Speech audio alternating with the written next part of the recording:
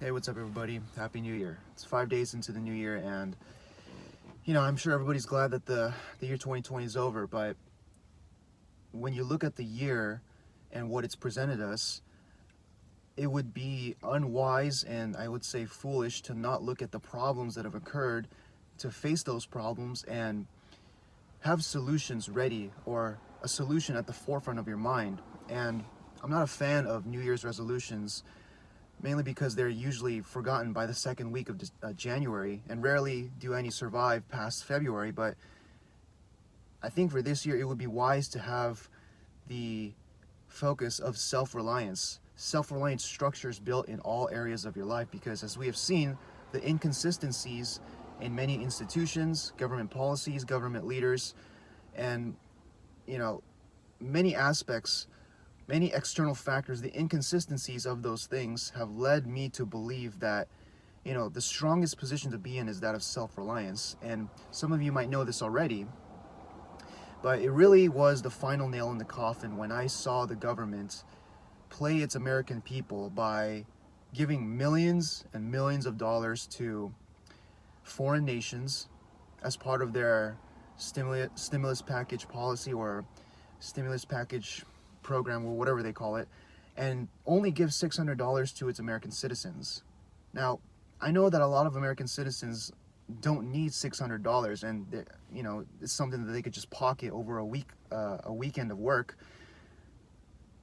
But to me, it just seems so disgraceful when, as a final policy before the new year, the government decided to just give only $600 to its American citizens.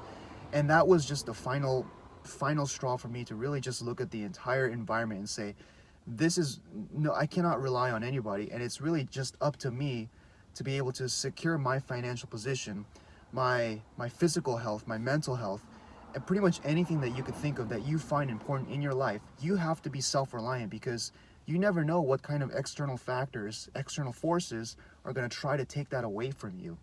And, not that they're going to take away anything, they certainly aren't helping you, right? I would much rather come from a position where I don't expect anything from anybody.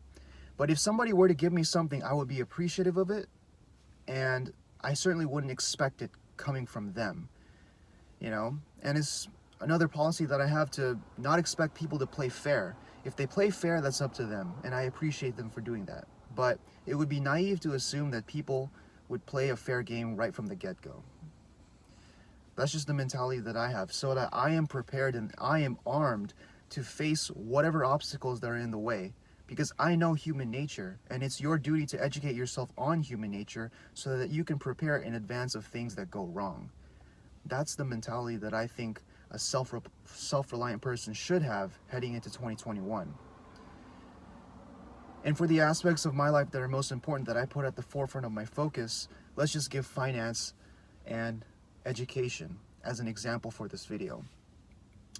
When it comes to finance, I would say that, if you aren't self-reliant in your sources of income, you have been subject to some of the most volatile market environments in history. You have seen the government shut the entire economy down, and what have you been able to do? If you complied, you sat there and did nothing and waited until the government or the market environment ate your entire savings. What you also might have noticed was, the government making very hypocritical policies where some things can be open, some things not. I am a firm believer of selective defiance, because that is, at its very core, American values. America could not have been founded without a sense of defiance, purposeful defiance against tyranny. And it would be very,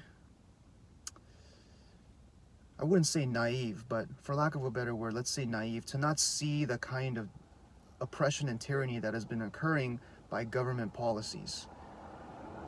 So in order to be self-reliant in terms of your finances, you got to have multiple sources of income, and at least a few from online sources, because the only businesses that I know that have really, really survived and thrived in these environments were online businesses.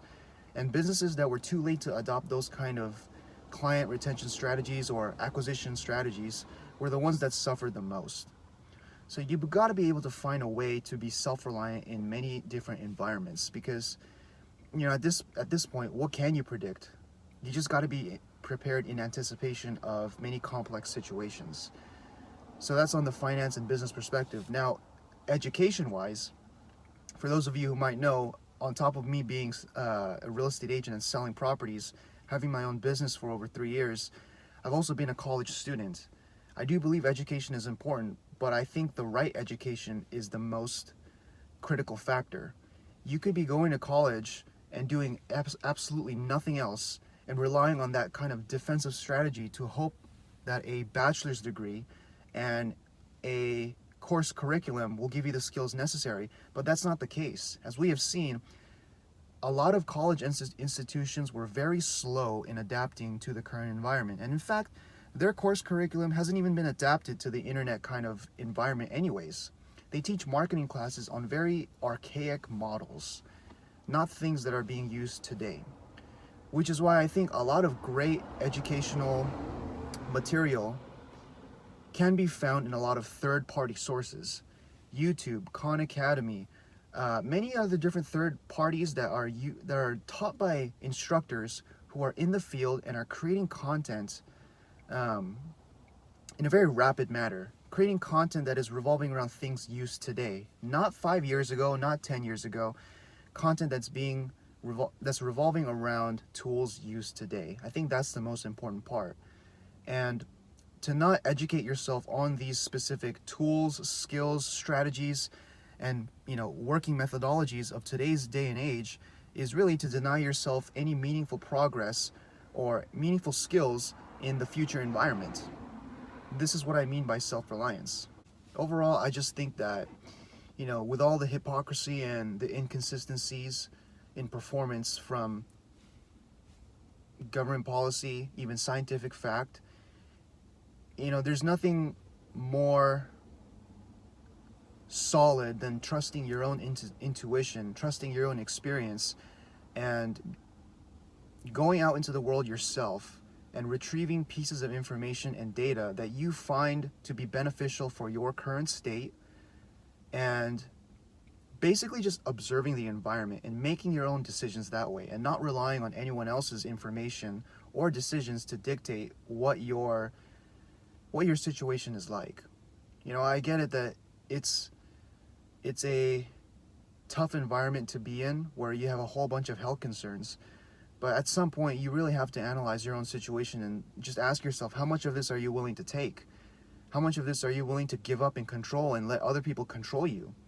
It's part of strong Stoic philosophy to understand that you can control certain things, and whatever you can control, you absolutely use all your might to make the situation the best it can be. And for other factors that you can't control, let God do the rest, or whatever higher power that you think exists. Because to me, you can't just let people, control you. You gotta grow up, have a spine, stand up for yourself, and not accept some of the policies that people throw down on you.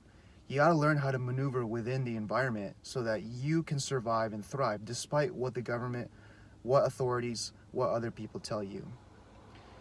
So however way you want to maneuver the situation, I firmly believe that self-reliance for this year will be the main theme that dictates a lot of productive action. So head into the new year strong. It's already 5 days in. And if you have any comments, questions, suggestions for new videos, leave them in the comments below. Hope that video helps.